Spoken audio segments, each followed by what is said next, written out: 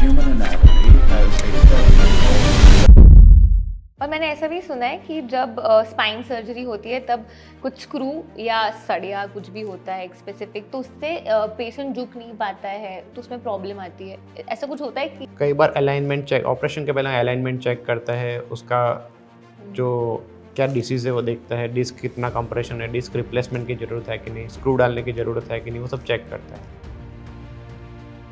मेरा ये क्वेश्चन है आपसे कि ब्रेन ट्यूमर्स एग्जैक्टली क्या होते हैं, और लोगों को इनके बारे में शायद नहीं पता, तो लोगों को लगता है कि स्ट्रेट कैंसर ही है, मोस्टली लोगों को ये लगता है। तो ये क्या मिथ है या क्या मिसअंडरस्टैंडिंग है, आप थोड़ा मुझे और ऑडियंस को बताइए प्लीज। ब्रेन ट्यूमर एक वास्ट सब्जेक्ट है।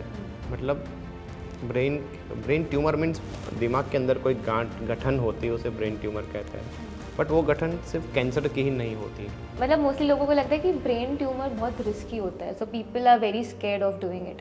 सो उसके बारे में आप थोड़ा बताएंगे कि उसकी जो सर्जरी रहती है वो बहुत रिस्की होती है, सो उसके बारे में। देखो, ब्रेन की सर्जरी ऐसी है ना कि लाइक ब्रेन की कोई भी सर्जरी रिस्की ही रहती है। अभी मैंने एक शो में भी देखा होगा, शायद ऑडियंस ने भी देखा होगा, कि Salman Khan was facing an issue, face में कुछ खिंचाव आना या ऐसा कुछ एक उनको प्रॉब्लम था। उसको कहते हैं ट्राइजेमिनल न्यूराल्जिया।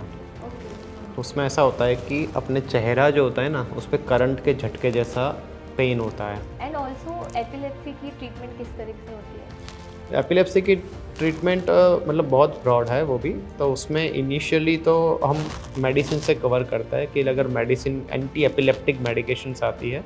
तो हमारे जो मैंने सूरत से किया हुआ है, वहाँ पे न्यूरो सर्जरी का एक्सपोजर भी काफ़ी अच्छा था। तो तब एक पेशेंट आया था हेड इंजरी का, 16-17 ईयर का था।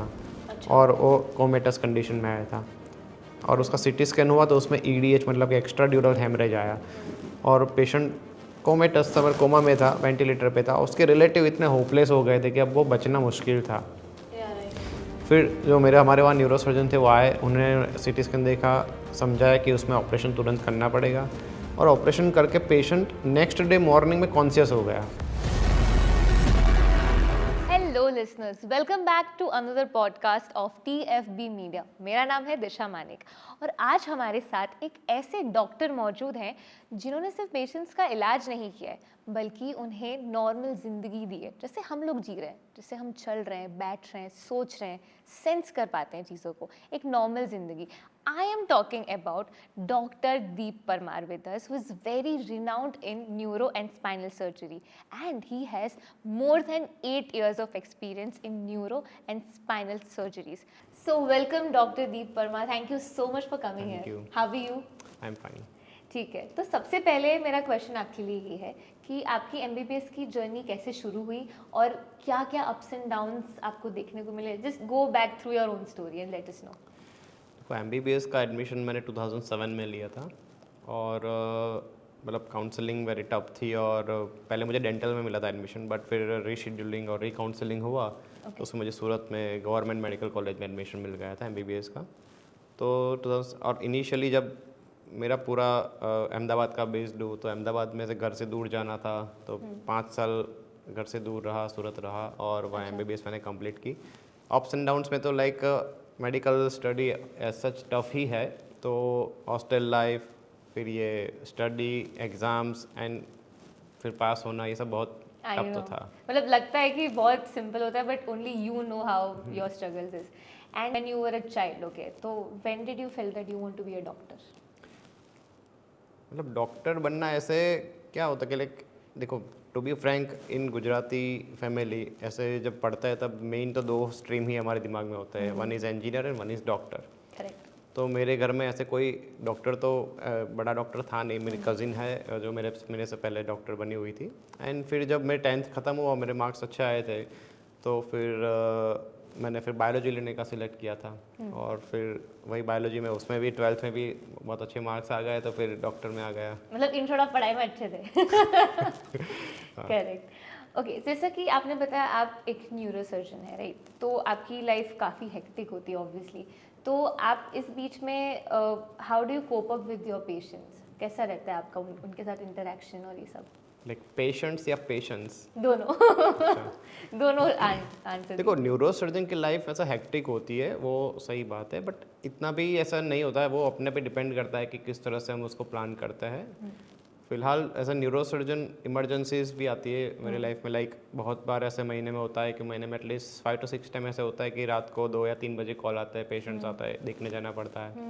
तो उस टाइम ऑब्वियसली वो ट्रेनिंग ही हमारी ऐसे हुई है न्यूरो सर्जरी की, पूरे 8 साल जो मैंने अभी तक की है उसमें जो मेरी रेसिडेंसी की ट्रेनिंग थी वो पूरा इमरजेंसी वर्क ही था।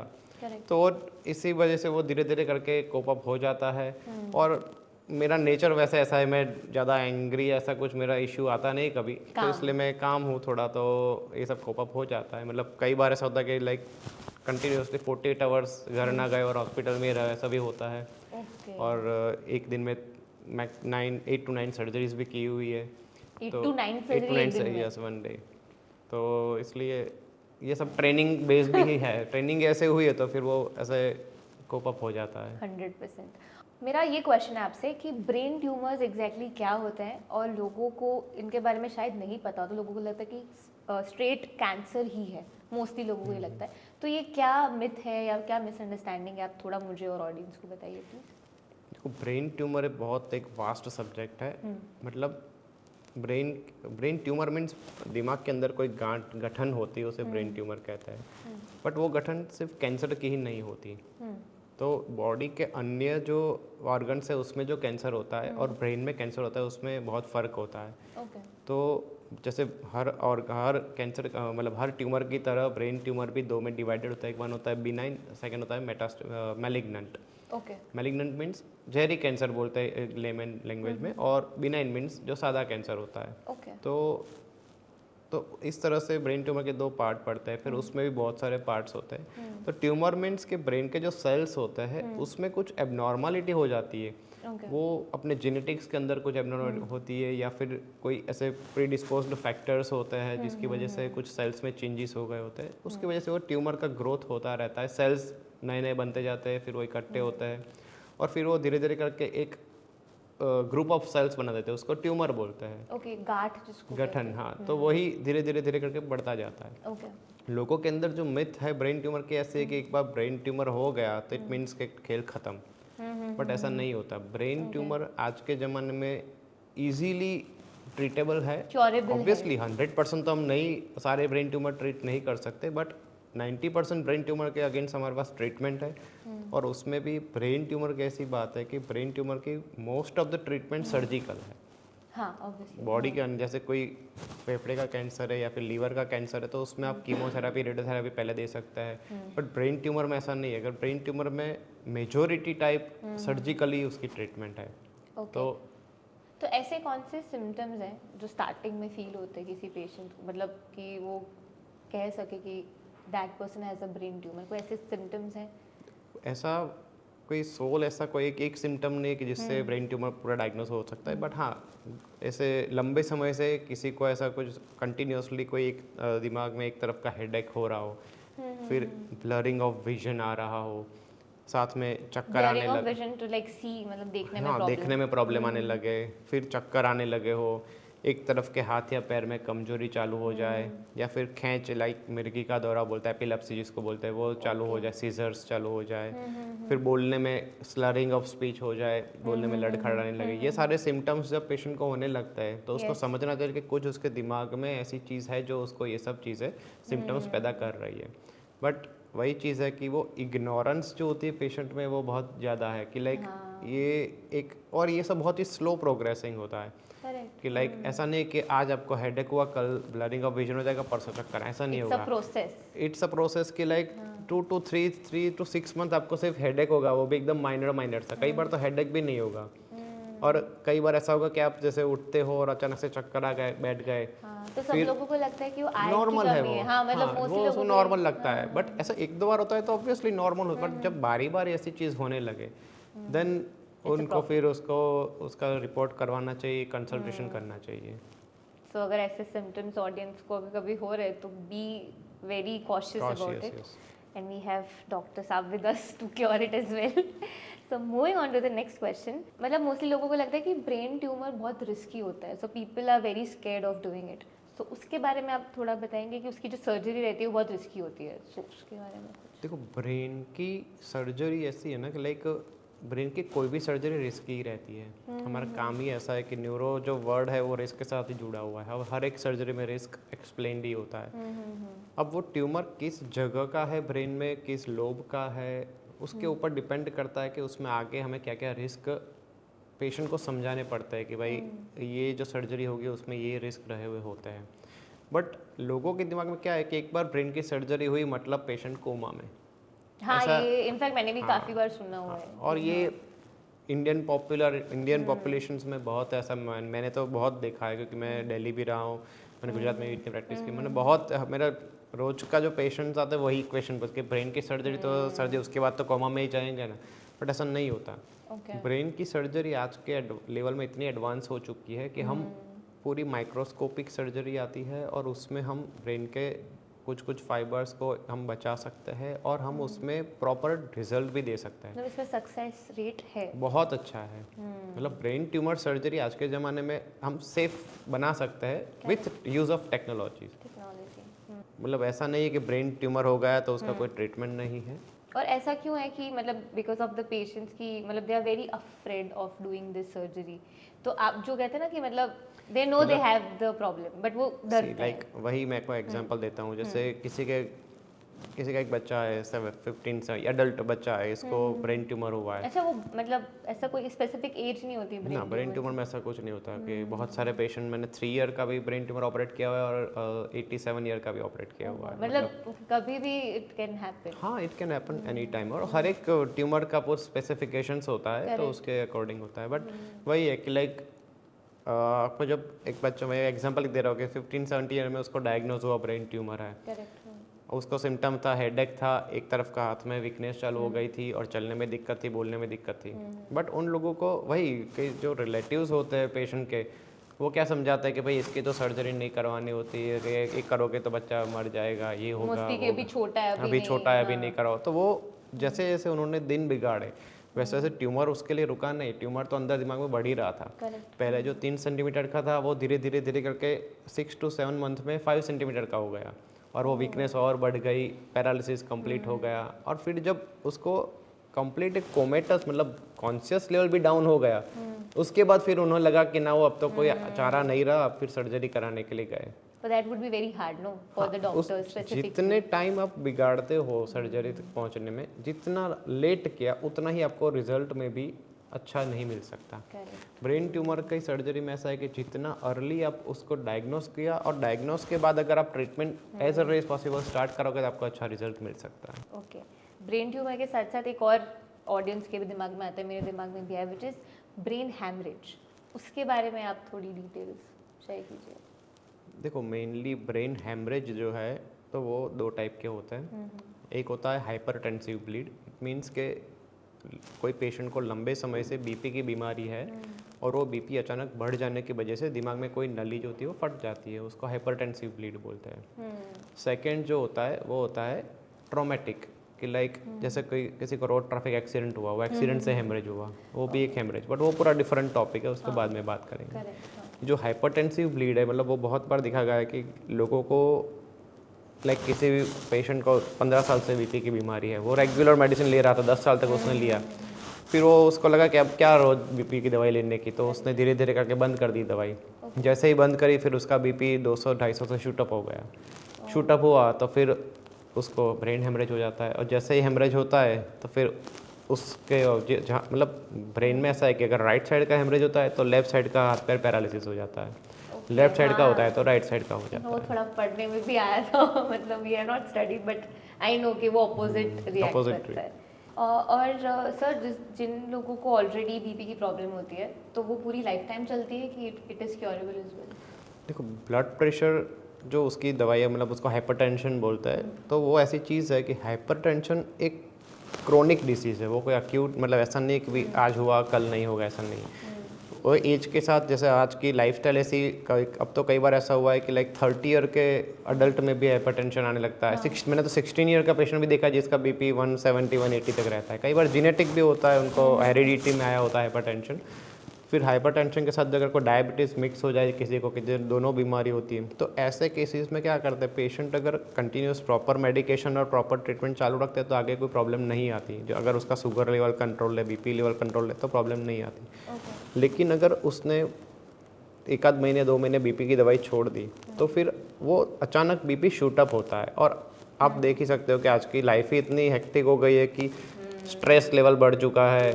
घर में भी कोई ना कोई छोटी मोटी प्रॉब्लम हुई, अगर ज़्यादा सोच लिया तो बीपी बढ़ गया, ऐसा हो सकता है किसी को। तो अगर हाँ ओवर थिंकिंग, तो ऐसे करने से होती बहुत छोटी चीज़ है कि छोटा सा झगड़ा हुआ है, बट वो बीपी बढ़ने की वजह से अचानक हेमरेज हो जाता है।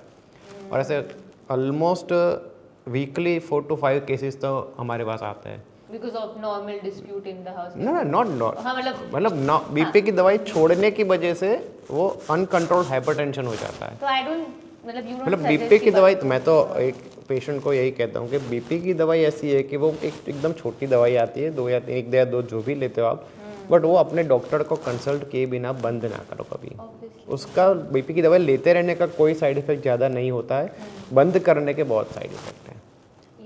मतलब कंसल्ट करने के बाद ही बंद करो आप। और बेटर रहे तो अपने घर में भी बीपी का एक मेजरमेंट का मशीन होता है, बहुत छोटा 800-900 रुपये का, तो वो रख देने का और रेगुलरली आप 2-3 दिन में एक बार नाप लो, तो वो सबसे बेटर आइडिया रहता है। ऑब्वियसली हम काफ़ी ब्रेन हेमरेज फिर ब्रेन ट्यूमर्स के बारे में बात की। So now the coming question is brain stroke. इसके बारे में आप थोड़ा बताएं कि अगर इसकी कोई इमरजेंसी आती है या कुछ गोल्डन आवर जिसको कहते हैं, can you just let us know कि वो पूरा प्रोसेस क्या होता है, इन्फॉर्मेशन अबाउट। देखो मैंने इसी तरह जब ब्रेन हेमरेजिक एक ब्रॉड टॉपिक है, इस तरह से ब्रेन स्ट्रोक भी एक बहुत ही वास्ट। ब्रेन स्ट्रोक भी 2 टाइप के होते हैं, one is haemorrhagic stroke and one is ischaemic stroke. मतलब हेमरेजिक तो जो हमने ब्रेन हेमरेज की बात की वही एक, वो उसको भी ब्रेन स्ट्रोक बोल सकते हैं। इश्केमिक स्ट्रोक में आता है कि दिमाग में जब खून पहुंचना कम हो जाता है, मतलब जो ब्रेन में खून पहुंचाती नलियाँ होती है मेन अपने गले में से गुजरती है, वो नली में कोई सिकुड़पन हो गया, वो स्टेनोसिस हो गया या फिर सिकुड़ गई, उसकी वजह से ब्रेन में खून कम पहुंचता है, उसकी वजह से स्ट्रोक होता है। तो उसमें भी सेम ऐसा ही होता है कि अचानक पेशेंट जैसे सोया हुआ है और उस सुबह उठता नहीं है, अनकॉन्शियस हो जाता है, या तो सो के उठता है तो उसका एक हाथ और पैर में लकवा गया होता है, या तो अगर कहीं बाथरूम में गया है अचानक से चक्कर आके गिर जाता है और हाथ पैर में लकवा आ जाता है। ये सब स्ट्रोक के सिम्टम्स होते हैं। पर ऐसे स्ट्रोक में ऐसा है कि if you reach the hospital, अगर मतलब नॉर्मली जो हमारे एक प्रूवन टाइम पीरियड है वो 4.5 आवर्स का है, 4.5 घंटे का। अगर 4.5 घंटे में अगर उसकी ट्रीटमेंट आपकी चालू हो जाती है तो वो स्ट्रोक को रिवर्स हम कर सकते हैं, मतलब not 100%, it is golden periods 4.5 hours. तो वो स्ट्रोक में ऐसा होता है कि बट उसमें ऐसा है कि लाइक आपके घर के आसपास ऐसी हॉस्पिटल भी होनी चाहिए कि जहाँ आप तुरंत पहुँच सकते हो, वहाँ आपका MRI या CT स्कैन तुरंत होना चाहिए और उसकी ट्रीटमेंट भी आगे हो जानी चाहिए। तो हाँ, उस वही स्पीड अप में तो आप उसको स्ट्रोक को 70-80% रिवर्स कर सकते हो। ऐसे बहुत केसेस हमने किए भी है कि लाइक जैसे 2 बजे पेशेंट को लकवाया, घर पे बाथरूम में गिर गया, पेशेंट हमारे हॉस्पिटल 3 बजे आ जाता है, हमने तुरंत उसका MRI कराया, हाफ एन आवर MRI में लगा, पेशेंट वापस आ गया, MRI में देखा तो स्ट्रोक है, तो तुरंत उसका ब्लड थिनर का इंजेक्शन आता है, वो हम दे देते हैं, तो उसका स्ट्रोक रिवर्स हो जाता है और कंप्लीट रिकवरी आ जाती है, उसका जो लकवा भी सही हो जाता है। बट वही अगर 4.5 घंटे 5 घंटे के बाद आता है, 24 घंटे निकाल के आता है, तो फिर वो एक स्ट्रोक 2-3 साल तक उसका लकवा रहता है। फिर इतने टाइम पीरियड में इतना चेंज हो सकता है? हाँ, हो सकता है।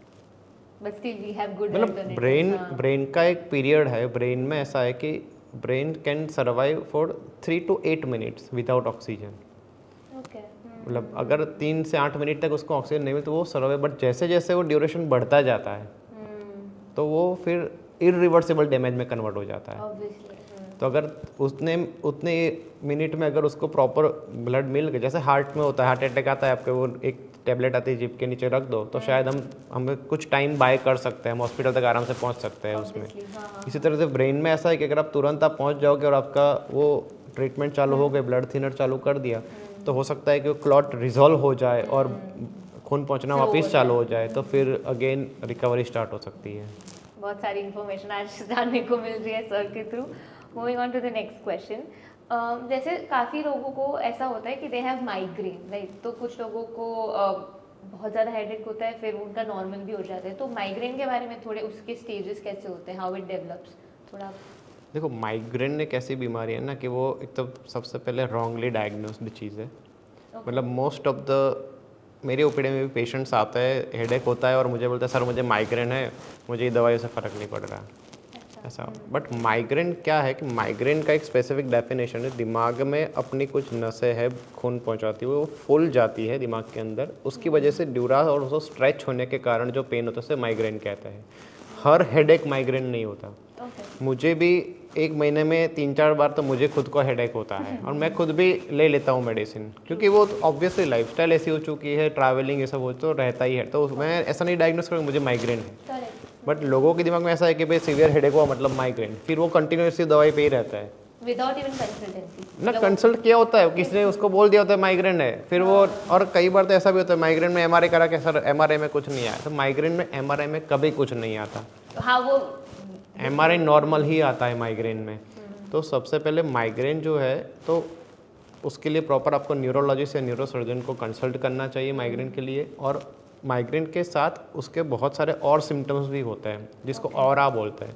लाइक जैसे माइग्रेन जिसको होता है सीवियर हेडेक है, साथ में उसको वॉमिटिंग हो रही है कि नहीं हो रही। कई बार नोजिया फीलिंग हर हेडेक में आता है बट वॉमिटिंग साथ में होना। सेकेंड थिंग इज़ कि जब माइग्रेन हेडेक हो रहा हो उसके साथ में आपको विजन में ब्लरीनेस आने लगे, या तो फिर आपको हेल्यूसिनेशंस आने लगे। हेल्यूसिनेशन मतलब कि आपको कुछ ऐसे कुछ चित्र ऐसे दीवारों में दिखने लगे, आपको ऐसा लगे कि भाई यहाँ शेर आ रहा है, यहाँ पे कोई भूत आ रहा है, ऐसा आपको विजुलाइज होने लगे। इट इज ऑरा बोलते हैं उसको। तो माइग्रेन में ये सब चीज़ें एसोसिएटेड होती है, तो वो जो है उसको इस तरह से माइग्रेन डायग्नोस होता है। और उसकी ट्रीटमेंट पूरी अलग है माइग्रेन की। सिंपल हेडेक की ट्रीटमेंट अलग है, माइग्रेन की ट्रीटमेंट अलग है। तो इसलिए हर हेडेक को हम माइग्रेन ऐसे लेबल नहीं कर सकते।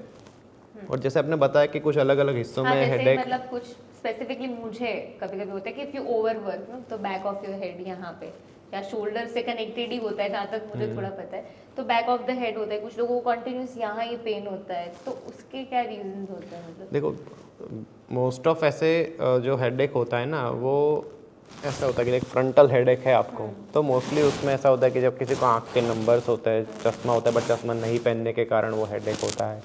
लाइक कंटिन्यूसली आप स्क्रीन पे काम कर रहे हो या फिर कोई लाइट के सामने काम कर रहे हो, तो उसमें भी आपको वो अपनी आई स्ट्रेन होती है, उसमें भी आपको फ्रंटल हेडेक होने लगती है। सो फ्रंटल बोल श्रिंक होती है, डायलेट होती है, श्रिंक मतलब वो आईज के मसल्स होते हैं अंडर आइरिस होता है, वो उसका कंट्रैक्शन और रिलैक्सेशन के कारण हेडेक होने लगता है। वो एक होता है फ्रंटल हेडेक करता है। जिसको स्ट्रेस वाला काम है या फिर बहुत टेंशन वाला काम है तो उसको टेंशन हेडेक होता है। टेंशन हेडेक पूरा बैंड लाइक होता है कि लाइक आपको पूरा ऐसे जकड़ जाए, ऐसे लगेगा पूरा हेड ऐसे आप पकड़ के बैठना पड़ेगा। वो नॉर्मली आपको इवनिंग नाइट में होगा, क्योंकि आप मॉर्निंग में फ्रेश उठते हो, फिर आपने काम किया, काम पे कोई स्ट्रेस आ गया, ऐसा कुछ हुआ, टेंशन हुआ, पूरा दिन सोच करके फिर 4-5 बजते हैं ना आपका ऐसा हैवी हो जाता है हेड और हेडेक चालू हो जाता है, वो टेंशन हेडेक होता है। बैक ऑफ द नेक जो हेडेक होता है वो पूरा डिफरेंट है, वो माइग्रेन के कारण भी हो सकता है। दूसरा है सर्वाइकल पेन। सर्वाइकल मतलब कि लाइक अपनी स्पाइन जो होती है उसमें नसें होती है, उसमें कुछ कंप्रेशन होता है तो उसकी वजह से भी वो पेन होता है। और जैसे जिसका स्क्रीन टाइम वो ज़्यादा है उसके लिए उसका भी बैक ऑफ द मुझे वो क्यों हो रहा है, स्क्रीन टाइम की वजह से भी हो सकता है। सर्वाइकल भी आई टोटली स्पाइन से रिलेटेड। बट मेरा वही कहना है कि माइग्रेन मतलब आपके घर में भी होंगे ही ऐसे लोग कि जो थोड़ा कुछ हेडेक होता होगा और उसको माइग्रेन डायग्नोस कर देंगे और फिर डरने लगेंगे। ऐसा नहीं होता, माइग्रेन डिफरेंट चीज़ है और प्रॉपर ट्रीटमेंट उसका लेना। इट इज क्योरेबल, क्योंकि इट इज क्योरेबल। लोग कहते हैं कि टाइम लगता है बट क्योरेबल है। मतलब ये मिथ भी है ना कि it can not be curable, ऐसा काफी लोग बोलते हैं। बट वही चीज़ है ना, जब तक आप कंसल्ट नहीं करोगे, आप अपने रिलेटिव को पूछ करोगे तो नॉट क्योरेबल, बट अगर कंसल्ट प्रॉपर को करो तो क्योरेबल। Right, correct. जैसे कि आपको पता है डॉक्टर का कि बहुत ज़्यादा एक्सीडेंट्स होते हैं आजकल, ट्रैफिक और ये हो गया, बहुत ओवर रश ड्राइविंग हो गया, लोग हेलमेट भी नहीं पहनते हैं। तो वो सर्जरीज का कोई ऐसा एक्सपीरियंस है, ऐसी कुछ ब्रेन सर्जरीज जो एक्सीडेंट के द्वारा हुई है, उसके बारे में थोड़ा बताइए। देखो न्यूरो सर्जरी फील्ड में मेरा जब पहला दिन था ना, मेरा दिल्ली से एजुकेशन है तो सेंट्रल गवर्नमेंट की इंस्टीट्यूट थी और वहाँ इतना पेशेंट लोड था। मतलब मेरे पहले दिन ही मैंने 50 तो ज़्यादा मतलब 40 हेड इंजरी मैंने देख ली थी एक ही दिन में। और हेड इंजरी का मुझे सबसे बुरा वो लगता है वो लोग हेलमेट नहीं पहनते। वो तो जो रोड ट्रैफिक एक्सीडेंट से इंजरी होती है कि जिसमें अगर आपका सिर टकराता है ना तो उसमें हेमरेज हो जाता है। तो वो हेमरेज मेनली 3 टाइप के होते हैं, एक्स्ट्रा ड्यूरल हेमरेज, सब ड्यूरल हेमरेज और सब एरेक्नोइड हेमरेज। और उसके बाद फिर ब्रेन के अंदर अगर चला जाए तो इंट्रा पेरेन्काइमल हेमरेज बोलते हैं।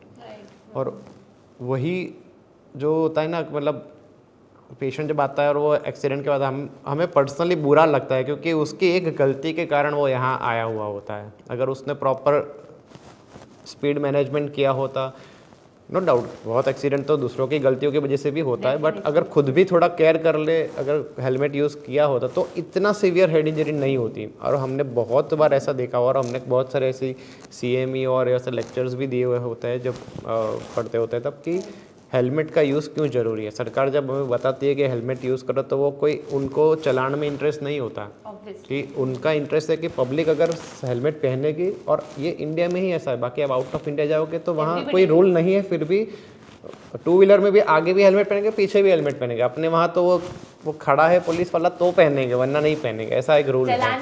चलान के डर से पहनेंगे वो। इसलिए हेलमेट तो एक कंपलसरी चीज़ है। अगर आप 2 व्हीलर ड्राइव कर रहे हो, साइकिल ड्राइव कर रहे हो, तो आपको पहनना ही चाहिए। जितने भी ऑडियंस देख रही है, प्लीज वेयर हेलमेट। आपकी ज़िंदगी से ज़्यादा इम्पोर्टेंट कुछ भी नहीं है, सो बी अवेयर ऑफ दैट। देखो, ना पहने तो न्यूरोसर्जन के लिए तो अच्छा ही है कि पेशेंट आने, but personally we do not need this type of, because कई बार हमने देखा है कि यंग बच्चे बिकॉज ऑफ दिस छोटी गलती एक्सपायर हो जाते हैं फिर, और कई तो हॉस्पिटल तक पहुंच भी नहीं पाते हैं। Okay, moving on to the next question. Recent years में अभी जैसे कि टेक्नोलॉजी की हम बात करते हैं, तो इसमें क्या एडवांस चीज़ें ऐड ऑन हुई है when it comes to neurosurgery? आप थोड़ी उसके बारे में भी बोल सकते हैं। देखो, मैं आपको शुरू से बताता हूँ कि जब इंडिया में न्यूरोसर्जरी चालू हुई थी तब CT स्कैन अवेलेबल नहीं था।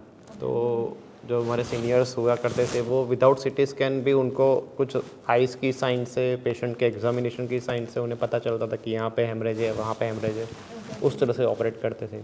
फिर धीरे धीरे करके एक्सरे आया, फिर CT स्कैन आया। तो CT स्कैन आने के बाद ब्रेन की सर्जरी एक स्पेसिफिक होने लगी, क्योंकि CT स्कैन में पता चलने लगा कि ब्रेन में एग्जैक्टली कौन से एरिया में डैमेज है, तो उसकी सर्जरी आई। तो एक CT स्कैन सबसे बड़ा एडवांसमेंट था। उसके बाद फिर धीरे धीरे थोड़े सालों में MRI आया।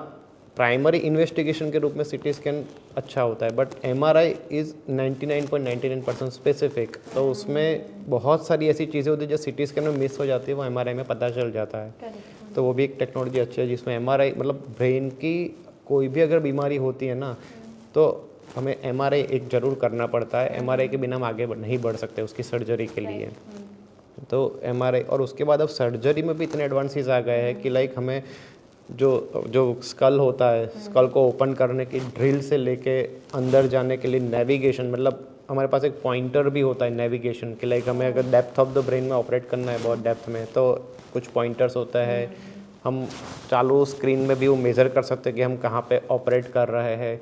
फिर माइक्रोस्कोप आता है, लाइक एक जैसे न्यूरॉन्स है, brain is full of neurons, मतलब इतने सारे नंबर्स तो लाइक ट्रिलियंस में हो गए, बट वो फाइबर्स इंटरकनेक्टेड है। और जो आज तक हम भी नहीं समझ पाए, कोई नहीं समझ पाया कैसे वो इंटरकनेक्टेड है, और वो कोई सेपरेट दिखते नहीं है।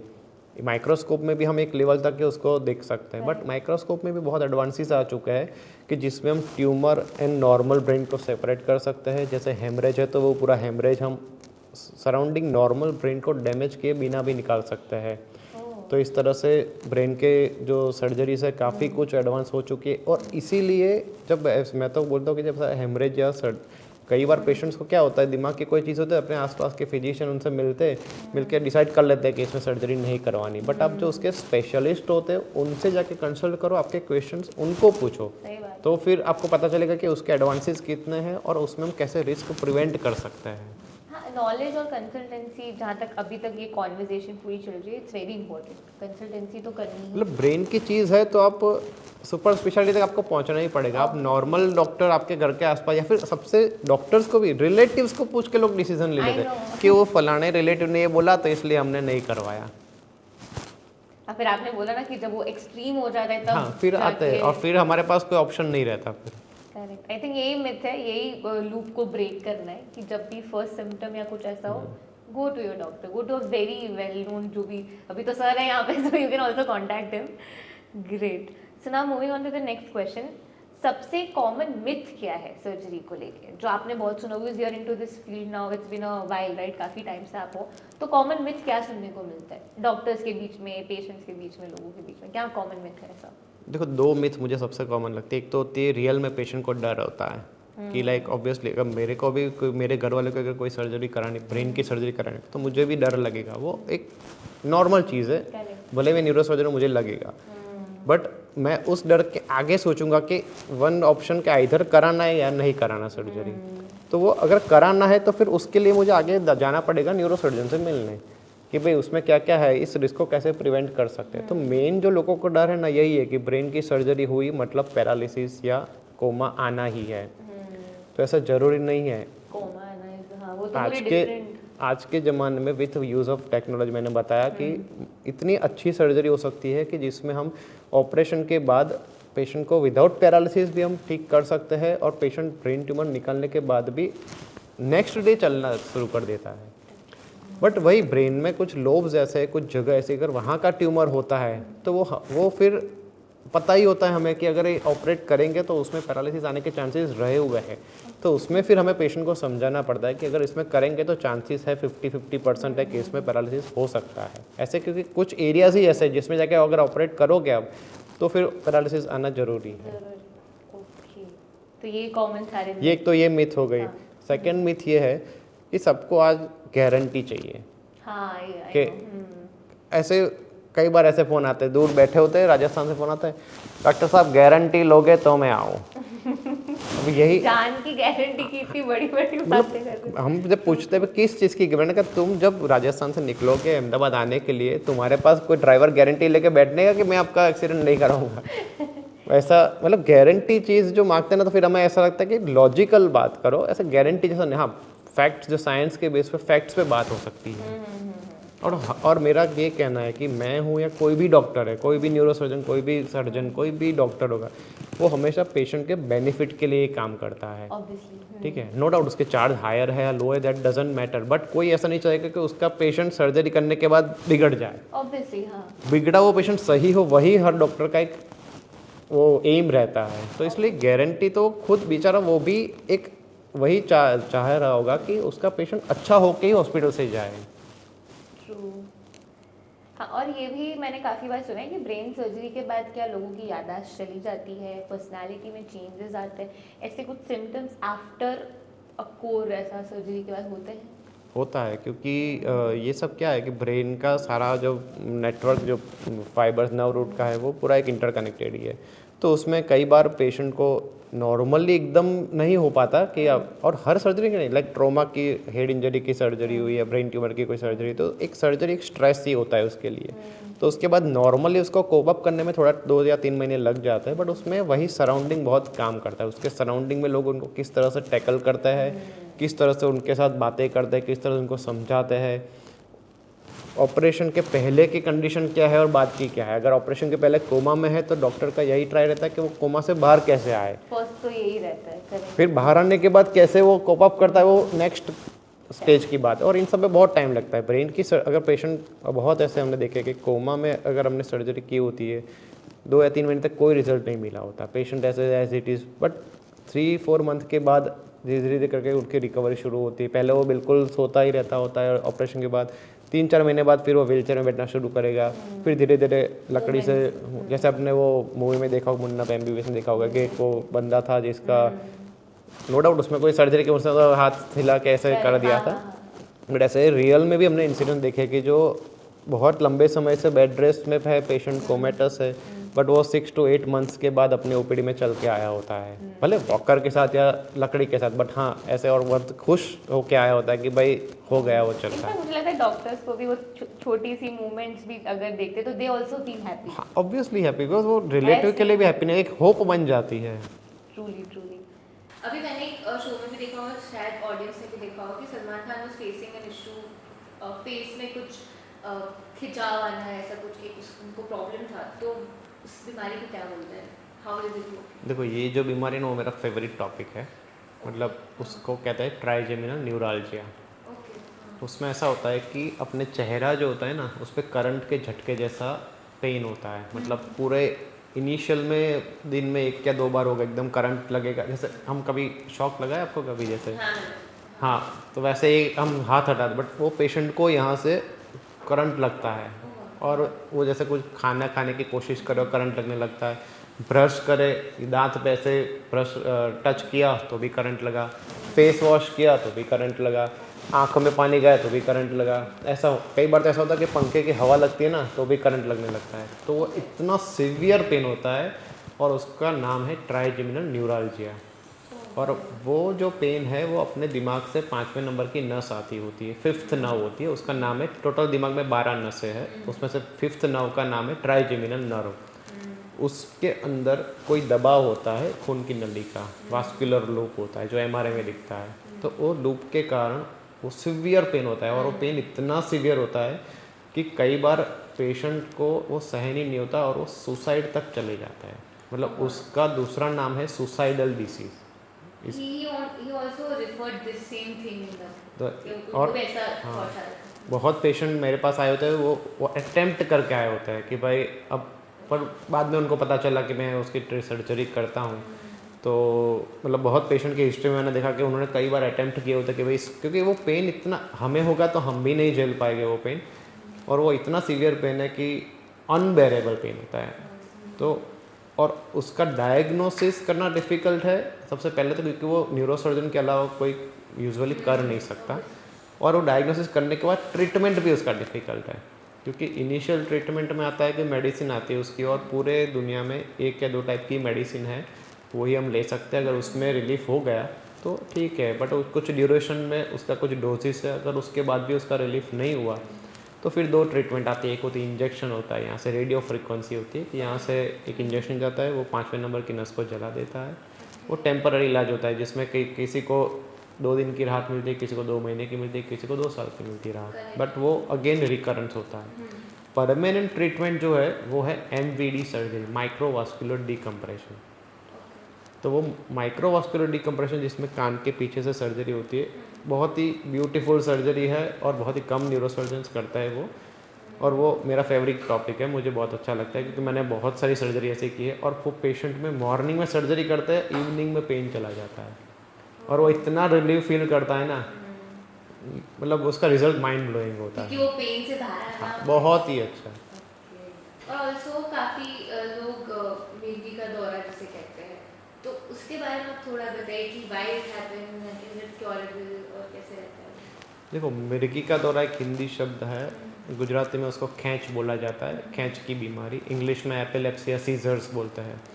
मतलब इट इज़ समथिंग के दिमाग के अंदर एक शॉर्ट सर्किट होता है, मतलब दिमाग के कुछ केमिकल प्रॉब्लम्स के कारण, या फिर कोई छोटी मोटी गठन होने के कारण, या फिर खून कम पहुंचने के कारण, या फिर कोई बचपन से कोई ऐसी एनोमलीज होने के कारण वो दिमाग के जो फाइबर्स होते हैं वो एक दूसरे से टकराता है, नॉट टकराता है एग्जैक्टली, बट इन ऐसे करंट के इलेक्ट्रिक करंट जैसा शॉर्ट सर्किट होता है, जिसकी वजह से अचानक से शरीर जकड़ जाना, आंखें ऊपर कर लेना, मुंह से जाग निकलना, बेहोश हो जाना, ऐसी बहुत देखा जाता है। तो उसको सीजर्स या एपिलेप्सी कहते हैं। नॉर्मली ये जो होता है ना, तो जैसे इंडियन गुजराती जो गांव में लोग रहते हैं, उनको क्या लगता है कि एक माता जी आ गए या फिर कोई एक भूत लग गया, ये सब मान के वो अलग ही इलाज कराने शुरू कर देते हैं, बट फिर उनसे टाइम बिगाड़ने के बाद कुछ होता नहीं है। फिर आता है न्यूरोलॉजिस्ट या न्यूरोसर्जन के पास, फिर उसकी प्रॉपर ट्रीटमेंट चालू होती है और फिर उसका इलाज होता है। तो मतलब इसको भी इग्नोर नहीं करना चाहिए? इग्नोर नहीं करना चाहिए बिल्कुल। एंड ऑल्सो एपिलेप्सी की ट्रीटमेंट किस तरीके से होती है? एपिलेप्सी की ट्रीटमेंट मतलब बहुत ब्रॉड है वो भी, तो उसमें इनिशियली तो हम मेडिसिन से कवर करता है कि अगर मेडिसिन एंटी एपिलेप्टिक मेडिकेशंस आती है, वो मेडिसिन का डोज एडजस्टमेंट करना होता है। पहले एक दवाई चालू करता है, फिर एक दवाई से कंट्रोल नहीं हो रही सीजर्स तो फिर 2 दवाई ऐड करता है, फिर वो दोनों का डोज थोड़ा थोड़ा बढ़ाता है, फिर एक लेवल तक हम उसका एडजस्ट करते हैं। फिर उसमें नहीं हो पाता तो हम पूरा उसका इन्वेस्टिगेशंस और वो सब जांच करके फिर एपिलेप्सी की सर्जरी भी आती है, तो हम उसका सर्जरी के लिए पूरा एक चेकअप करते हैं, और एक उसका वीडियो EEG होता है, फिर MRI होता है, दूसरे भी रिपोर्ट्स आते हैं वो करता है। फिर हम उसका जो शॉर्ट सर्किट का ओरिजिनेशन स्थान होता है दिमाग के अंदर वो ढूंढता है। अगर वहाँ से ही हमें लगता है कि वो एक फोकस है, वहाँ से खींच उत्पन्न हो रही है, तो फिर हम उसकी सर्जरी करके उसको हम रिमूव कर सकते हैं। या तो हम उसका डीप ब्रेन स्टिम्युलेशन, एक कैटेगरी है ब्रेन सर्जरी की, तो उसमें हम उसका वो भाग स्टिम्युलेट करके, या फिर थैलेमस, अपने दिमाग में बहुत इंपॉर्टेंट भाग है थैलेमस बोलते हैं, वहाँ पे हम स्टिम्युलेट करके उस खींच को हम रोक सकते हैं। मतलब epilepsy surgery is also an advance treatment. तो मतलब उसमें भी आपने जिस तरीके से बताया, it's also like a big process. It's a big process. तो उसके बाद रिजल्ट्स कैसे? अच्छे, मतलब 100% तो कम नहीं होता, बट है फ्रीक्वेंसी ऑफ सीजर्स कम हो सकती है, हम पेशेंट को मेडिसिन फ्री बना सकते हैं, और कई पेशेंट में ऐसा होता है कि कंप्लीट सीजर्स बंद हो जाता है। इसको सीजर्स बोलते सीजर्स हैं। क्या आपने, जैसे कि आपने एडल्ट्स की सर्जरीज करी, आई वांट टू आस्क कि आपने छोटे जो बच्चे होते हैं अराउंड 1-2 इयर्स के, उनको भी सर्जरी की है? देखो 1-2 ईयर तो बड़े बच्चे हो गए। अच्छा। मैंने 1 दिन के बच्चे में भी सर्जरी की है, 3 दिन के बच्चे में भी की है, और ऑब्वियसली 8-9 साल के बच्चे में भी सर्जरी की है। मतलब पीडियाट्रिक सर्जरी वैसे एक पूरा ब्रांच अलग है, मतलब एक स्पेशलाइजेशन और होता है जिसमें, पर उसमें जो न्यूरोसर्जन होते हैं वो करते ही है सर्जरी। तो बच्चों में जैसे दिमाग में पानी भर जाना, वो एक हाइड्रोसेफेलस बोलते हैं, वो एक बीमारी होती है जिसमें सर्जरी की रिक्वायरमेंट आती है। दूसरी पीडियाट्रिक ब्रेन में कुछ ऐसे ट्यूमर्स आता है जो बच्चों में ही स्पेसिफिक देखे जाते हैं, उसकी भी सर्जरी होती है। और बहुत सारे बार तो बच्चों की हेड इंजरी आती है, मतलब कि आप मानोगे नहीं, बच्चे मैंने 1-2 केस ऐसे ऑपरेट किए कि जैसे बच्चे को खिला रहे थे और हाथ से बच्चा छटक गया और वो नीचे गिरता है और उसका सिर में इंजरी हुई और उसको ब्रेन हेमरेज हो गया। बट लकीली वो दोनों पेशेंट सर्वाइव हो गए और अच्छे से अभी आते ही है, ओपीडी में बढ़िया होके आता है। तो मतलब बच्चों की हेड इंजरी, बच्चों की ट्यूमर्स और उसकी सर्जरी भी होती है। नो डाउट थोड़ा इमोशनली जो पेरेंट्स होते हैं उनके लिए तो बहुत डिफिकल्ट, हमारे लिए भी डिफिकल्ट होता है, but as compare to adult हमने देखा है कि बच्चों में रिकवरी अच्छे से आती है।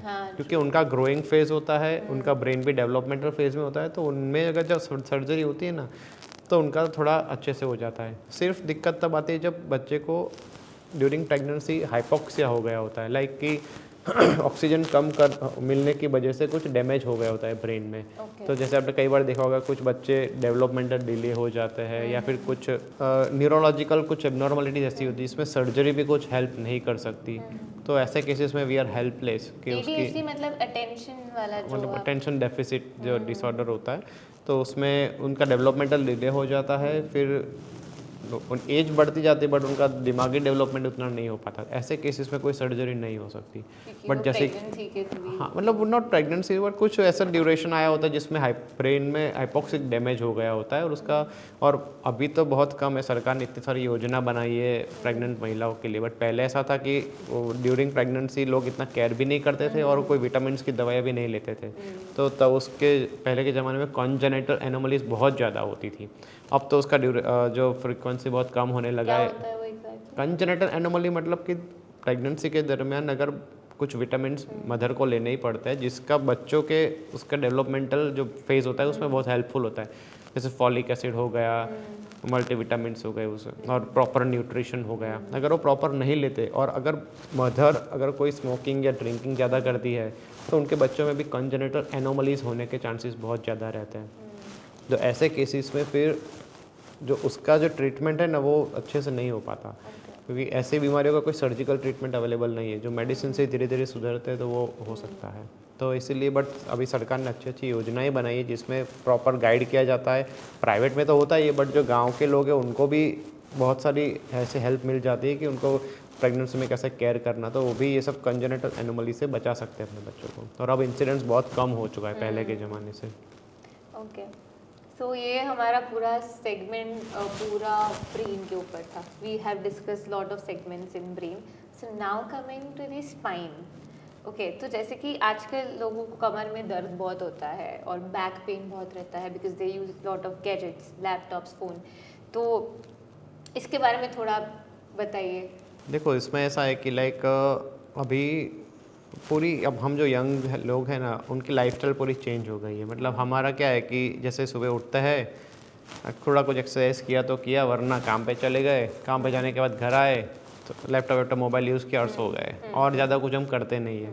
पहले के ज़माने में लोग हैवी वर्क करते थे, चलते थे, खुद भी वजन वाला काम करते थे, और उनका एक लाइफस्टाइल ऐसा रहता था, उनका खाना भी ऐसा रहता था, तो उसकी वजह से उनका एक मेंटेन रहा है। बट हमारे ज़माने में क्या हुआ है, क्योंकि वीकनेस भी ज़्यादा आने लगी है, लोगों को सेडेंटरी लाइफस्टाइल होने लगी है, एक्सरसाइज का नामो निशान रहा नहीं होता है यंगस्टर्स में, और काम में इतना बिजी हो जाता है।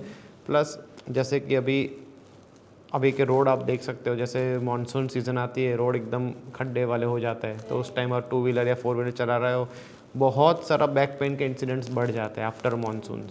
फिर इसी तरह से जैसे कि आपने कई बार ऐसे देखा होगा कि अभी बहुत सुनने में आता है कि कोई कहीं ट्रैकिंग पे गया, वहाँ से गिरा होता है, या फिर वो पैराग्लाइडिंग या पैरा क्लाइंबिंग करता है, उस टाइम वो गिर जाता है, उसमें स्पाइन फ्रैक्चर हो जाता है, ऐसे बहुत इंसिडेंसेस आता है। तो ये सब चीज़ें बहुत बढ़ गई है पहले के ज़माने से अभी।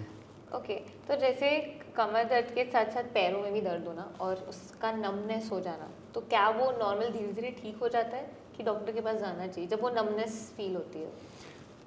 देखो डॉक्टर के पास तो जाना ही चाहिए, नॉट डायरेक्टली न्यूरोसर्जन के पास, बट हाँ डॉक्टर को तो दिखाना ही चाहिए जब ऐसा होता है, क्योंकि पैरों के सिर्फ एक होता है कमर में दर्द होना, वो एक पेन होता है, कई बार मसल स्पाज्म होता है, कमर में कोई स्नायु का मसल जकड़ जाने की वजह से, स्नायु जकड़ जाने की वजह से उसमें कोई आंचका लग गया, तो पेन हो सकता है, वो थोड़े दिनों तक रहता है, फिर अपने आप ठीक हो जाता है, पेन 1-2 बार पेन के लिए ठीक हो। बट जब वो दर्द पैरों में जाने लगे तो वो एक सीवियर चीज़ मानी जाती है, क्योंकि कमर के अंदर अपनी नसें आती है, और कमर के अंदर नस दबने के कारण वो पैरों में दर्द जाने लगता है, ट्रैवल होता है मतलब, वो पूरा रेडिकुलर पेन बोलते हैं। ओके। तो जब कमर से पैर में दर्द जाने लगे, इसका मतलब है कि अब आपको वो पेन सिर्फ कमर का नहीं रहा, वो न्यूरो का पेन चालू हो गया है, नर्व्स का पेन चालू हो गया है। तो तब आपको न्यूरोसर्जन को ज़रूर कंसल्ट करना चाहिए, क्योंकि अब तब कंसल्ट नहीं करोगे तो नो डाउट आप छोटी मोटी दवाइयाँ लेके या छोटी मोटी कसरत करा के वो रिलीव कर दोगे, बट वो कंप्लीट ट्रीट नहीं हो पाएगा। अगेन जैसे आप थोड़ा कुछ स्ट्रेनस वर्क करोगे ना, तो फिर वो दर्द चालू हो जाएगा। और ऐसे बहुत हिस्ट्री हमने लिए, बहुत पेशेंट मैंने, मतलब रोज़ के ओपीडी में 10-12 पेशेंट ऐसे आते हैं जो यही सिम्टम के साथ आता है कि पहले मुझे सिर्फ कमर दर्द था, अब वो दर्द पैरों में जाने लगा है, इसलिए ये एक सीवियर सिम्टम्स आ जाता है। ओके, जैसे इसी के साथ साथ जैसे कमर दर्द हो गया, फिर जैसे कि बहुत लोग फ़ोन चलाते हैं, बहुत क्या मैं खुद ही चलाती हूँ बहुत फ़ोन, मतलब कंटिन्यूसली, तो उसकी वजह से काफ़ी नेक पे पेन होता है, पीछे काफ़ी लोगों को होता है, तो उसका क्या रीज़न होगा and how it can be curable? देखो ये बहुत ही इंटरेस्टिंग क्वेश्चन है, बिकॉज अभी जो IT फील्ड्स वाले होते हैं ना, वो इस बीमारी के शिकार हो गए, क्योंकि उसमें ऐसा होता है कि कंटिन्यूसली जो स्क्रीन टाइम होता है 8-9 घंटे का पूरे दिन का screen time, plus continuously mobile में से देख के वर्क करना, तो उसकी वजह से क्या होता है, उनका नेक स्टिफनेस आना, सर्वाइकल पेन होना, शोल्डर्स में पेन होना, हाथ में कभी कभी नंबनेस आ जाना, वो सारे सिम्टम्स चालू हो जाता है। इनिशियली उनको लगता है कि ये छोटा कोई मोच आ गई उसकी वजह से होता है, 2-3 दिन में ठीक हो जाएगा, बट वो ऐसा नहीं होता, वो ग्रेजुअली बढ़ता रहता है और फिर वो सर्वाइकल स्पॉन्डाइलोसिस में कन्वर्ट हो जाता है। तो ये जो चीज़ है वो सर्वाइकल पेन होता है, जिसमें नेक पेन से लेके शोल्डर पेन, आर्म पेन और नंबनेस, वो सब चीज़ें होने लगती हैं, और उसके लिए फिर एक्सरे या MRI करा के देखना पड़ता है कि नर्व रूट पे कंप्रेशन कितना है, और उसके हिसाब से आगे फिर उसकी ट्रीटमेंट होती है। अगर माइनर आती है कंप्रेशन तो फिर उसका मेडिसिन और फिजियोथेरेपी से ट्रीटमेंट करते हैं। अगर मेजर होता है कि जिसको बहुत ज़्यादा पेन है, हाथ में पूरा नंबनेस आ गया है, पूरा पेन टिंगलिंग आने लगा है, तो अगर डिस्क बल ज़्यादा दिख रही है तो फिर सर्जिकल मैनेजमेंट भी उसका होता है। और कनेक्टिंग टू दैट क्वेश्चन मेरे दिमाग में आ रहा है, सर्वाइकल स्पॉन्डिलोसिस क्या होता है? ऑडियंस को थोड़ा आप समझा सकते हैं? तो सर्वाइकल स्पॉन्डाइलोसिस मीन्स कि अपनी सर्वाइकल स्पाइन में टोटल 7 वर्टिब्रा होती है, 7 मणके होते हैं, उसके बीच में डिस्क होती है। अगर किसी को लॉन्ग टर्म से उस डिस्क का प्रॉब्लम है, मतलब माइनर कंप्रेशन है, बट जैसे जैसे एज बढ़ती है तो जैसे अपने कमर में घसारा आता है, इस तरह से सर्वाइकल स्पाइन में भी घसारा होता है, और वो धीरे धीरे करके वहाँ पे करोड़ रज्जु होती है, मतलब स्पाइनल कॉर्ड होती है, उसको दबाना शुरू कर देती है, और सर्वाइकल स्पाइन के आसपास मसल्स रहे होते हैं, उसका भी स्पाज्म होने लगता है। तो सर्वाइकल स्पाइन का जो पूरा पैथोलॉजी चेंज हो जाने की वजह से और सर्वाइकल कंप्रेशन होने की वजह से पेशेंट को जो सिम्टम्स आता है वो सर्वाइकल स्पॉन्डाइलोसिस के सिम्टम्स कहते हैं, और ये एक लॉन्ग स्टैंडिंग प्रोसेस है, ये कोई 1-2 दिन में नहीं होता, धीरे धीरे, और जैसे जैसे एज बढ़ती है तो वो सिम्टम्स भी बढ़ते रहते हैं। फिर बहुत, मतलब इनिशियली अगर आपने प्रॉपर ट्रीटमेंट कर ली, पोस्चर मेंटेन रख दिया, तो हम सर्वाइकल स्पॉन्डाइलोसिस ट्रीटमेंट को प्रॉपरली ट्रीटमेंट कर सकते हैं। बट अगर नहीं किया आपने और केयरलेसनेस रखी या फिर ग्रेजुअली कंप्रेशन बढ़ता ही रहा, फिर वो आपको हाथ में नमनेस, पैरों में नमनेस, चलने में दिक्कत, चक्कर आना, वो सब शुरू हो गया। तो फिर धीरे धीरे करके उसका सर्जरी तक जाना पड़ता है। फिर सर्वाइकल स्पॉन्डिलोसिस के आगे सर्जरी आती है। एमआरआई में अगर कंप्रेशन है तो फिर उसकी सर्जरी आती है।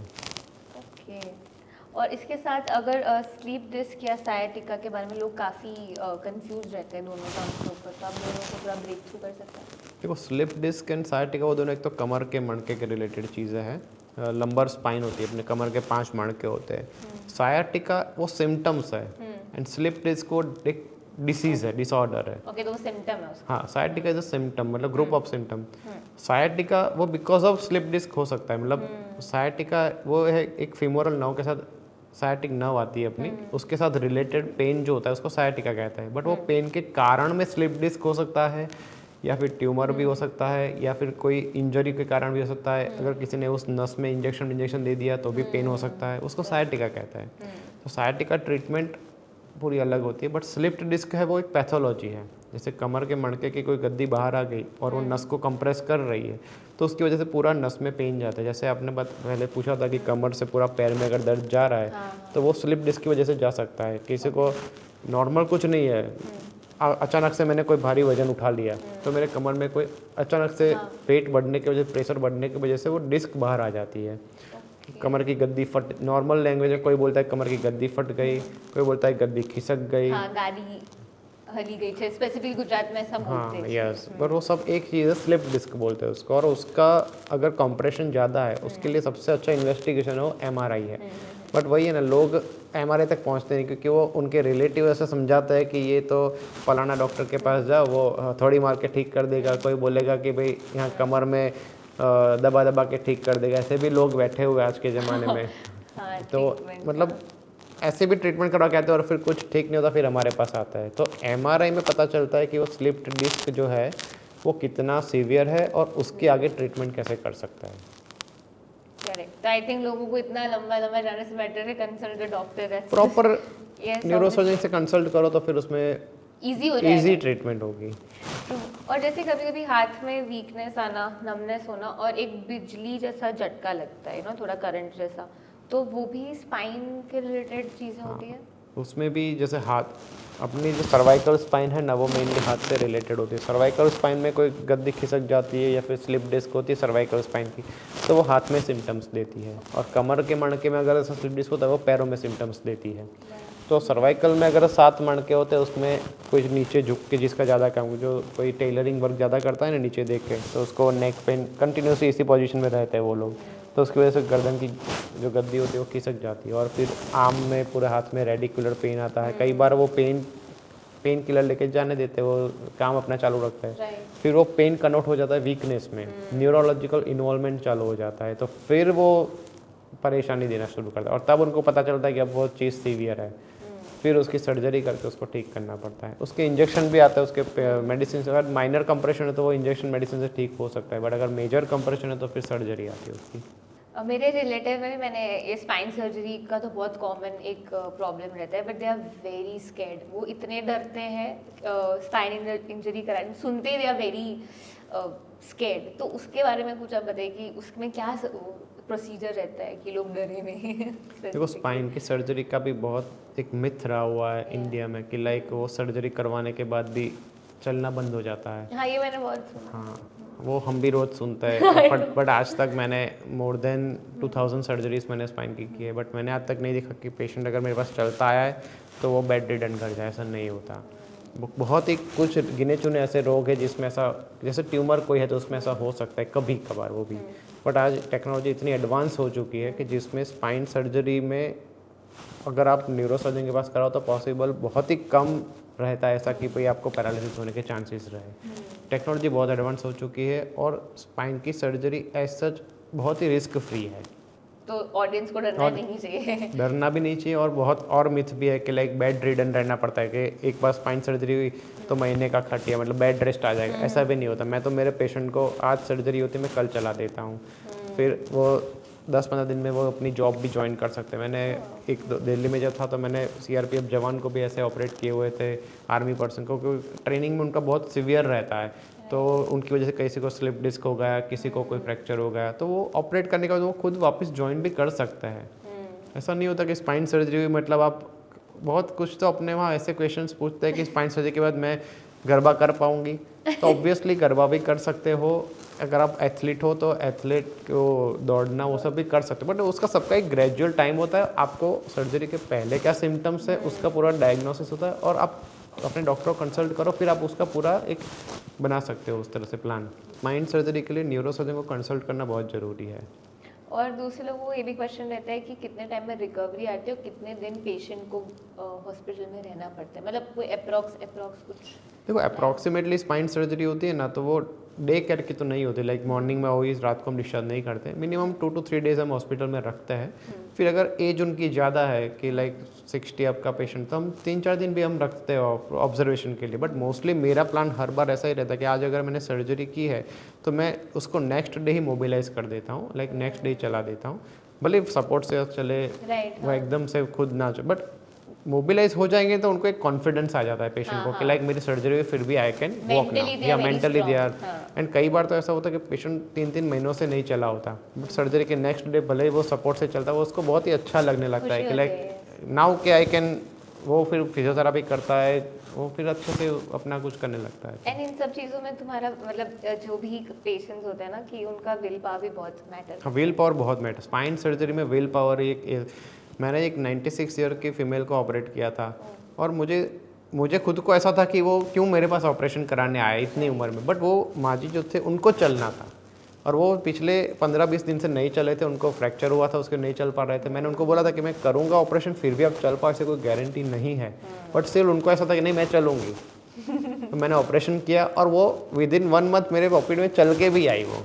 तो मुझे ऐसा लगा कि लाइक इट इज मेरे, मैंने कुछ नहीं किया, वो उनका ही विल पावर था, मैंने तो सिर्फ सर्जरी की है।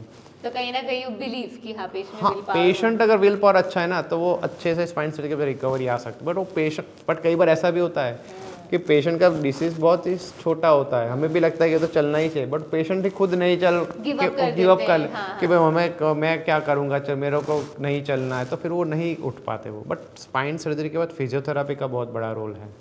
फिजियोथेरेपी करनी चाहिए ना, करनी चाहिए, प्रॉपर अंडर गाइडेंस करनी चाहिए, तो उसका काफ़ी अच्छा रिजल्ट मिलता है। और काफ़ी लोगों का ये भी क्वेश्चन होता है जिसकी योग बहुत कर रहे हैं आजकल लोग, दे आर इनटू देसी नुस्खे जो हो गए, तो इसकी वजह से भी रिकवरी होती है कि सर्जरी ही एकमात्र ऑप्शन रहता है लोगों के पास, उसके बारे में? नहीं, देखो स्पाइन की बीमारी में ऐसा है कि 70 to 80% स्पाइन की बीमारी है वो मेडिसिन या फिर फिजियोथेरापी या फिर योग उससे सही हो सकती है। सिर्फ 20% बीमारी में ही सर्जरी तक पहुंचना पड़ सकता है। और इंडिया में बहुत अच्छे सेंटर्स भी है फिजियोथेरापी के, योग के। इवन हम भी खुद पहले ही पेशेंट को जब आता है पेन होता है तो हम मेडिसिन से ही ट्रीटमेंट करने का ट्राई करते हैं, सर्जरी को हमारा पहला ऑप्शन नहीं रहता। बट जब वो एक स्टेज से ऊपर बढ़ जाता है और जब न्यूरोलॉजिकल वीकनेस, मतलब कि चलने में दिक्कत आना, उठने में दिक्कत आना और खड़े रहने में दिक्कत आना, वो सब चीज़ें होने लगती है, तो फिर हमें वो सर्जरी की तरफ जाना पड़ता है। जब ऐसा मेजर लगे कि नहीं अब तो this the only option, patient के सिम्टम्स मेजर लगे और उसमें एमआरआई में कोरिलेट होता हो कि एमआरआई में भी हमें दिख रहा हो कि स्लिप डिस्क ज़्यादा है, नस पे दबाव ज़्यादा है और पेशेंट चल नहीं पा रहा, उठने में दिक्कत है, खड़े रहने में दिक्कत है, पैरों में एकदम सूनापन, चप्पल निकल जा रहा है तो भी पता ना चलता हो उसको, फिर लैट्रिन पेशाब में तकलीफ आने लगी, वो सब सिम्टम्स जो होता है तो फिर उसमें हमें सर्जरी की तरफ आगे बढ़ना पड़ सकता है। और मैंने ऐसा भी सुना है कि जब स्पाइन सर्जरी होती है तब कुछ स्क्रू या सड़िया कुछ भी होता है एक स्पेसिफिक, तो उससे पेशेंट झुक नहीं पाता है तो उसमें प्रॉब्लम आती है, ऐसा कुछ होता है कि नहीं होता? नहीं, ऐसा नहीं होता। मतलब बेसिकली ऐसा होता है कि स्पाइन की टोटल अपने जो स्पाइन है वो टोटल मोर देन 30 वर्टिब्रा की बनी हुई है, 30 से ज़्यादा वर्टिब्रा होती है। उसमें जो कमर के मणके होते हैं तो उसमें जो कई बार अलाइनमेंट चेक, ऑपरेशन के पहले अलाइनमेंट चेक करता है, उसका जो क्या डिसीज़ है वो देखता है, डिस्क कितना कंप्रेशन है, डिस्क रिप्लेसमेंट की ज़रूरत है कि नहीं, स्क्रू डालने की ज़रूरत है कि नहीं, वो सब चेक करता है। तो उसके हिसाब से हम स्क्रू डालना नहीं डालना वो डिसाइड होता है फिर। बट वो एक बहुत ज़्यादा मिथ है लोगों में कि स्पाइन में अगर कोई इम्प्लांट यानी कि स्क्रू या बोल्ट डला हुआ है तो झुक नहीं पाएगा, बट ऐसा बिल्कुल नहीं होता। अपना जो झुकना होता है वो टोटल रीढ़ की हड्डी, पीठ की हड्डी, डॉर्सल वर्टिब्रा आगे पूरा झुकता है। तो उसमें अगर नीचे के 2 या 3 मणके फिक्स किए होता है, सलिया डाला तो उसमें झुक नहीं सकते, ऐसा बिल्कुल नहीं होता। और वही डर की वजह से मोस्ट ऑफ द लोग सर्जरी नहीं तो कराते। ये ह्यूमर्स फैला कौन रहा है इतने गलत गलत विदाउट नोइंग? रिलेटिव्स, और वही वही इसलिए क्योंकि लोग आप डॉक्टर से नहीं मिलोगे तो फिर आपको नहीं, उसका आज काफी ज्यादा मिथ्स जो मेरे दिमाग में भी थे ऑडियंस होता ही के भी है। होंगे, वो और आज इवन क्लियर आप हुए। नहीं मानोगे, मेरे घर में मैं जानता हूँ, बट हो सकता है मेरे जो चाचा चाची हो गए, मासा मौसी, वो भी उनको भी यही डर होगा, करेक्ट करेक्ट। बट वो तब तक नहीं समझे जब तक वो मेरे साथ कंसल्ट नहीं करेंगे या फिर कोई न्यूरोसर्जन से कंसल्ट, तो उनके दिमाग में ये मिथ रहने ही वाला है। तो ये जो हम सर्जरी के बारे में भी बात कर रहे हैं, तो इन फ्यूचर ये किस तरीके से एडवांस हो सकती है? देखो फिलहाल जो ट्रेडिशनल स्पाइन सर्जरी थी उसमें सिर्फ लैमिनेक्टमी और डिकम्प्रेशन वो सब होता था, बट धीरे धीरे उसके एडवांसमेंट अभी माइक्रोस्कोपिक, फिर एंडोस्कोपिक, मिनिमल इन्वेजिव, वो सब सर्जरीज भी आने लगी है। तो जिसमें माइक्रोस्कोप मतलब ऐसा होता है जो स्पाइनल कॉर्ड, मेन स्पाइन की सर्जरी में सिर्फ अपने को रीढ़ की हड्डी ठीक करना नहीं होता, मेन जो नस के ऊपर का दबाव होता है वो उसको ठीक करना होता है। तो वो जो नर्व रूट का डिकम्प्रेशन मतलब उसका दबाव हटाना, वो हम जो न्यूरोसर्जन होते हैं पूरा माइक्रोस्कोप की मदद से करते हैं, जिसमें हमें एक बाल जैसा मतलब हेयर का थिन जो नर्व होती है वो भी हमें एक बहुत मोटी दिखती है और माइक्रोस्कोप में, और पूरी सर्जरी होती है।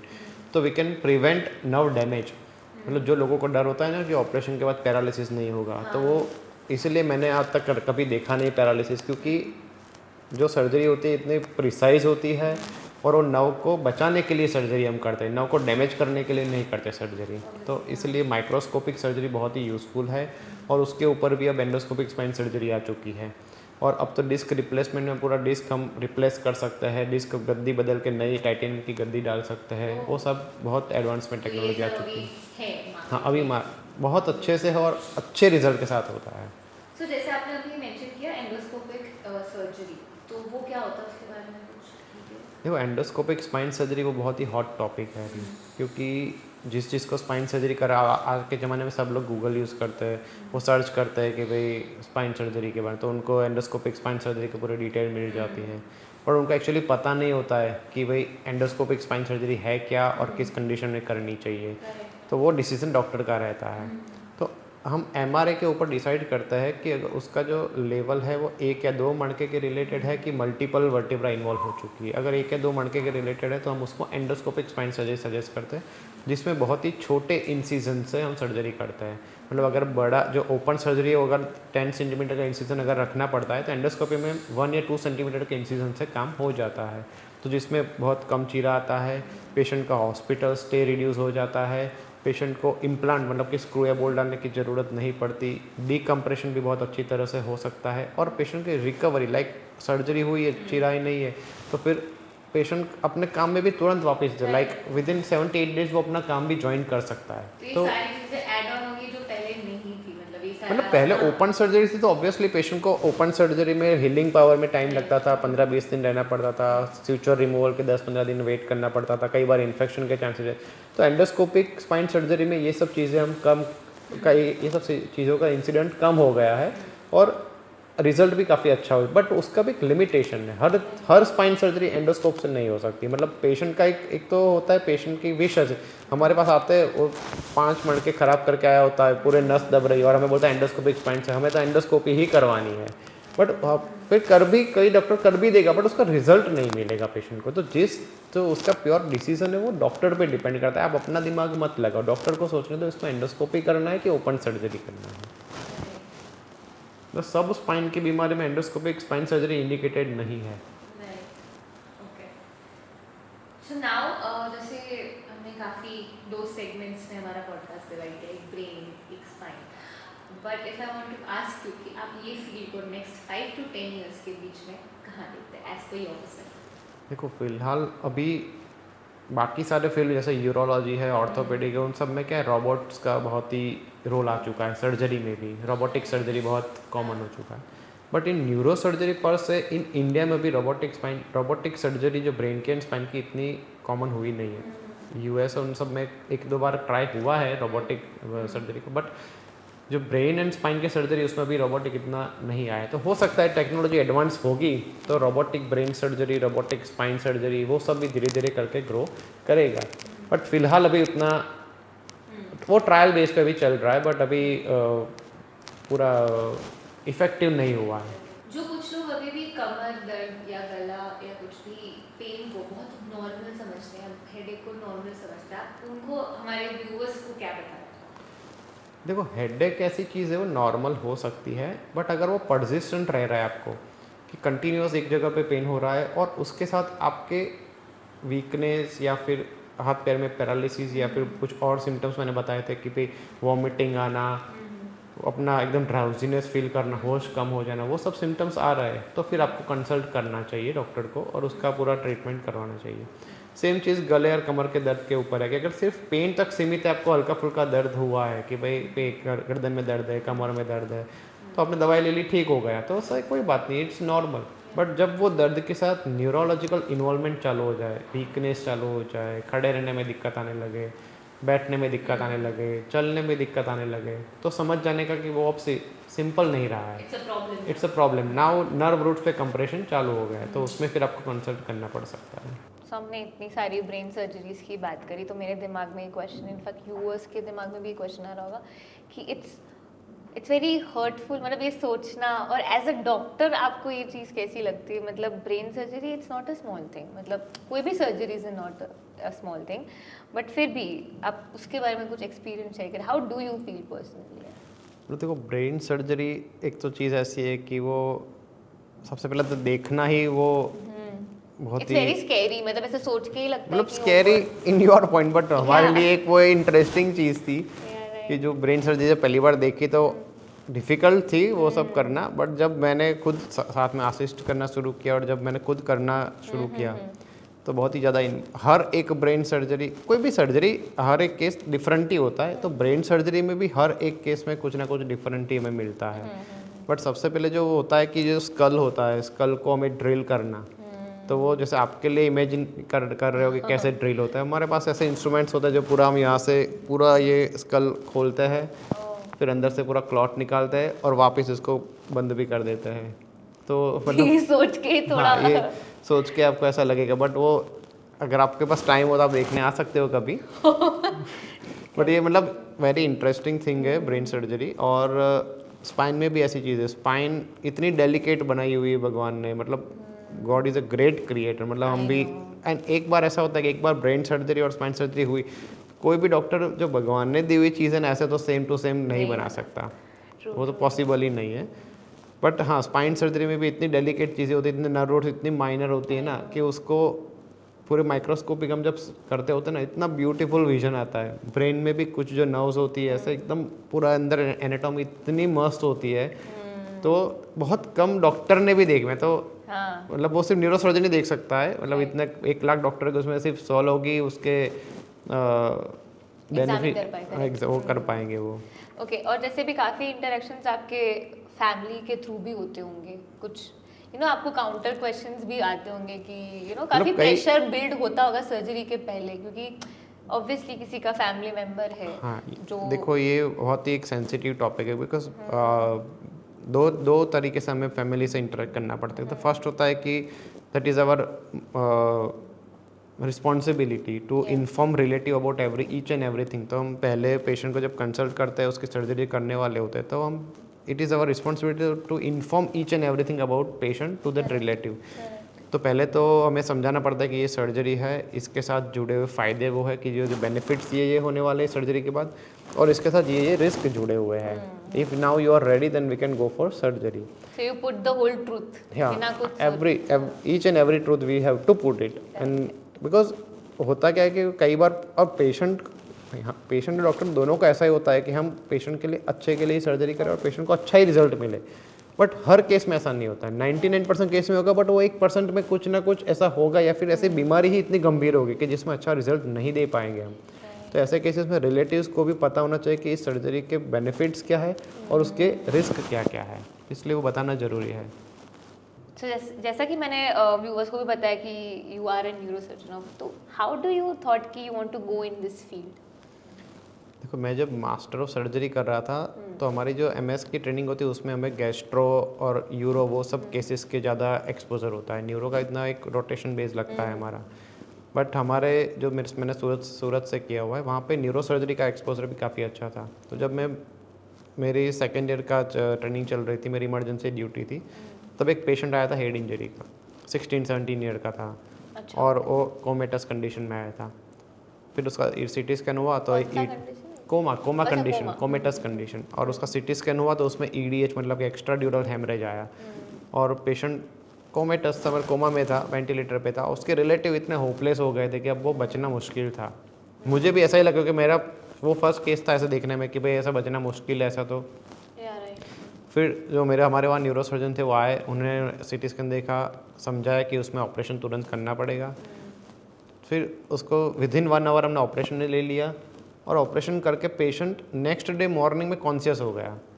तो वो जो मैंने रिलेटिव के मुंह पे जो उदासी देखी और नेक्स्ट डे मॉर्निंग में उनके मुंह की हैप्पीनेस देखी ना, और वो पेशेंट की इम्प्रूवमेंट देखी, तब से मैंने सोचा कि ये फील्ड कुछ ऐसा है कि जिसमें कुछ अच्छा रिजल्ट हमें मिल सकता है।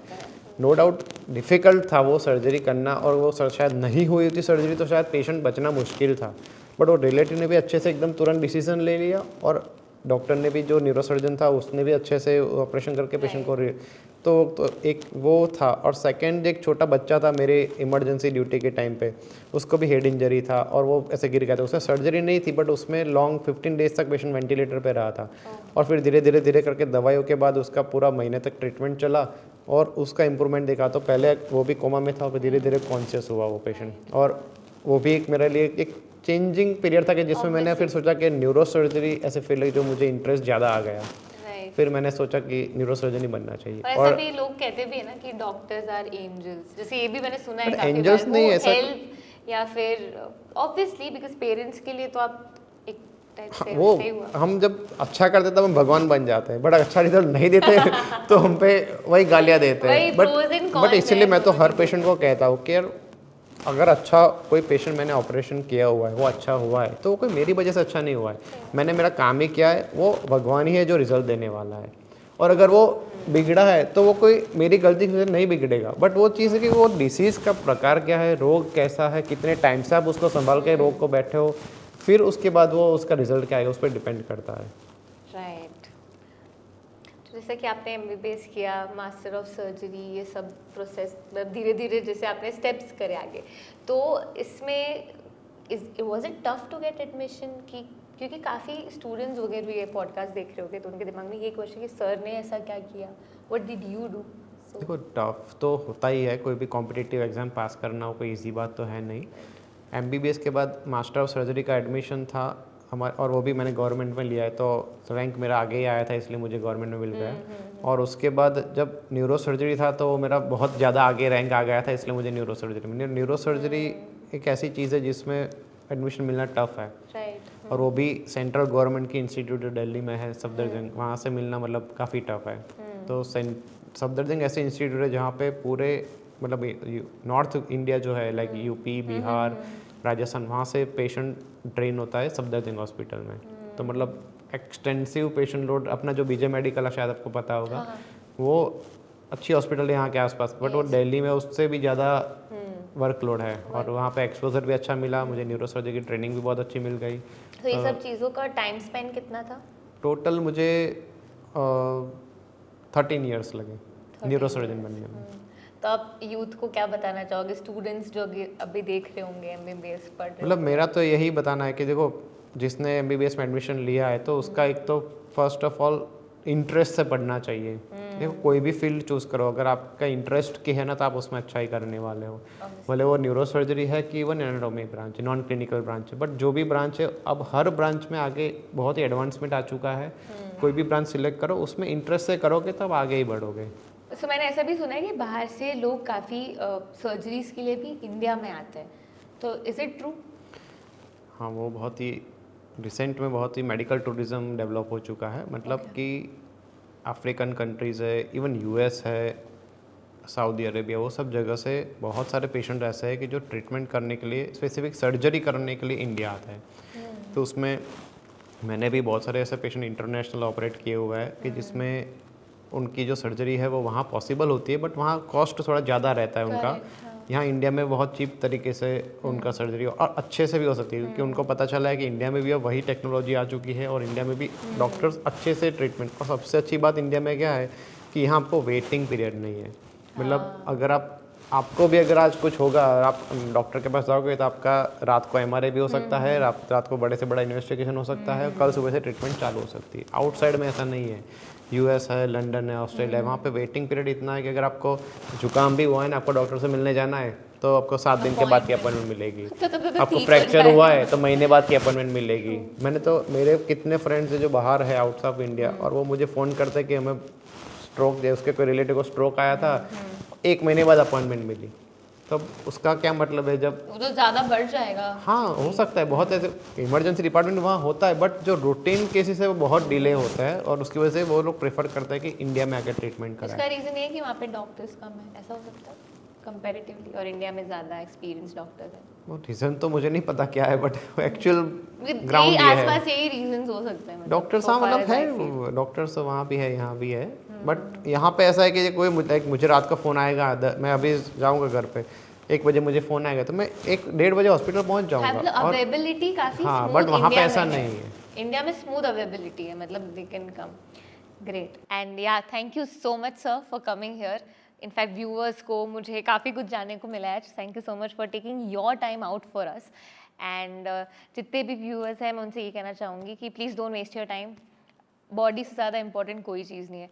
And thank you so much for watching this podcast. Don't forget to like, subscribe and share. Thank you so much.